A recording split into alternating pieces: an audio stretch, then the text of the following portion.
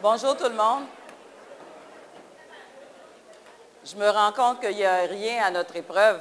Malgré la mauvaise température, vous êtes en super forme et ça prend ça.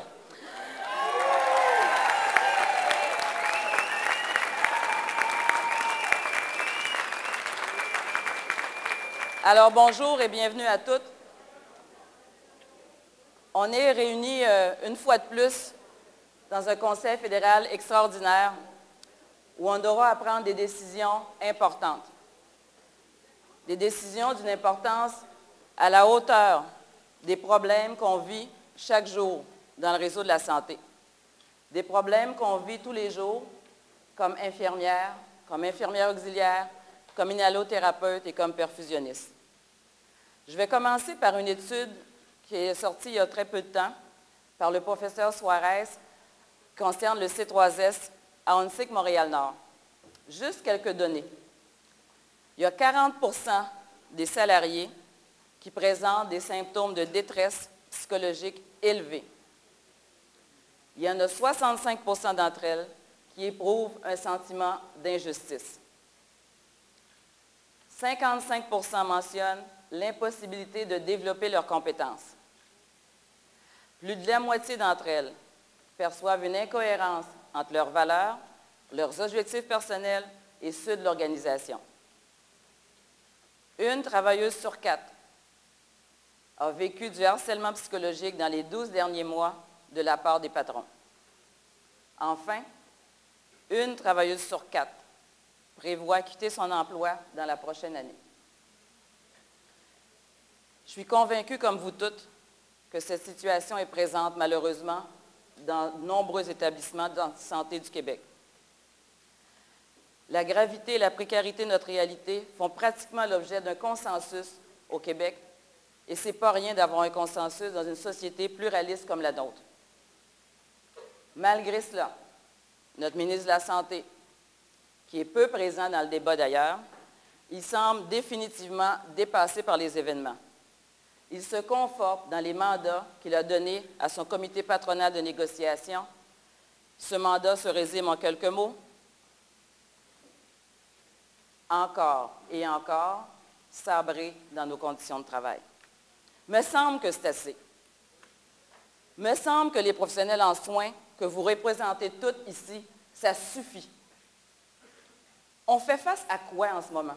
On fait face à des employeurs locaux, à un premier ministre, en passant par notre bon ministre de la Santé, sans oublier l'Association québécoise des établissements de santé, la Caisse, le CPN, tous ceux-là qui, par leur volonté incompréhensible de nous écraser davantage, mettent en péril les services qu'on prodigue à la population avec cœur et avec passion. Des décideurs qui n'ont que le mépris à offrir à ces travailleuses engagées, mais au bout du rouleau. Je pense qu'on doit encore rappeler à M. Charest, qu'il n'y a pas si longtemps, il était content, il nous le disait, d'avoir les deux mains sous le volant. Aujourd'hui, on se rend compte qu'il est aveugle. Méchant dégât que ça fait. On a perdu, nous, toute confiance envers un ministre qui manifestement ne sait pas conduire, un ministre qui n'a aucune perspective, un ministre qui n'a aucune conscience des dangers sur la route qu'il veut nous conduire. Un ministre de la Santé qui œuvre, selon ses propres mots, à bâtir la démolition. Plusieurs questions se posent et il nous faut interpeller le vrai décideur.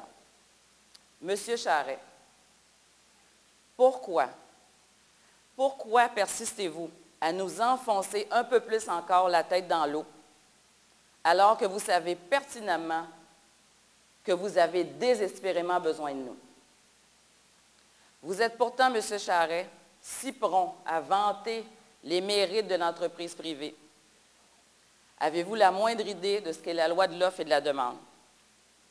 Pensez-vous sérieusement attirer des jeunes, les garder dans nos professions, maintenir au travail les plus expérimentés, alors qu'en même temps, vous ne faites que continuer à dégrader nos conditions de travail qui sont déjà abjectes et inhumaine.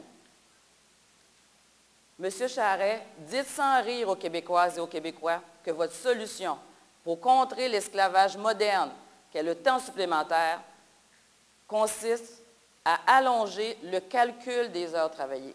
C'est ça qu'il veut faire. Consiste à allonger la semaine de travail ou encore à mettre des postes saisonniers. Je dois rêver. Est-ce que, par exemple, pour enrayer les crimes de notre société, il n'aura qu'à changer les statistiques et il n'y aura plus de crimes? C'est ça qu'il veut faire avec nos conditions de travail. Monsieur Charest, dites encore sans rire à la population du Québec que vous tentez de nous arracher ce qui nous reste en vous servant de la prétendue crise des finances publiques. Pourtant, ce même monsieur Charest refuse obstinément de s'attaquer aux entreprises privées de professionnels en soins qui sont notoirement plus coûteuses et inefficaces. Si vous voulez économiser, M. Charest, puisque c'est ce qui vous intéresse, pourquoi persévérer dans cette voie du privé, certes lucrative pour l'entreprise privée, mais très peu rentable pour l'État québécois? Que ferait le gouvernement? Que feraient les dirigeants d'établissements de santé si les 58 000 professionnels en soins, infirmières, infirmières auxiliaires et inhalothérapeutes décidaient demain matin de tout démissionner et d'aller dans des agences privées? Et qui pourrait les blâmer? Parce qu'au regard du dépôt patronal, c'est la seule façon d'avoir des conditions de travail décentes. Comment, M. Charest, pourriez-vous alors justifier l'extraordinaire hausse des coûts qui en découlerait?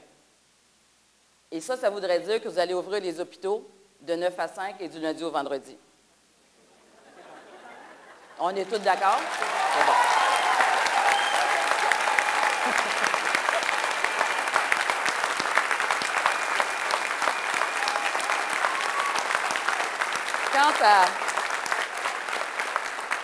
Quant au ministre Bolduc, lui, il nous dit, il n'arrête pas de répéter qu'il ne veut pas négocier sur la place publique. On le comprendrait si à la table de négociation, il y avait de vraies négociations. Alors, messieurs Charest, Bolduc et vous de la Caisse, à la lumière de votre insensibilité à l'égard des professionnels en soins, je me pose encore d'autres questions. J'en suis à me demander si vous seriez aussi insensible à l'égard des infirmières auxiliaires, des inhalothérapeutes, si leur organisation, la FIC, était cotée à la bourse. J'en suis à me demander si vous seriez aussi insensible à notre égard si nous avions contribué au financement du Parti libéral du Québec.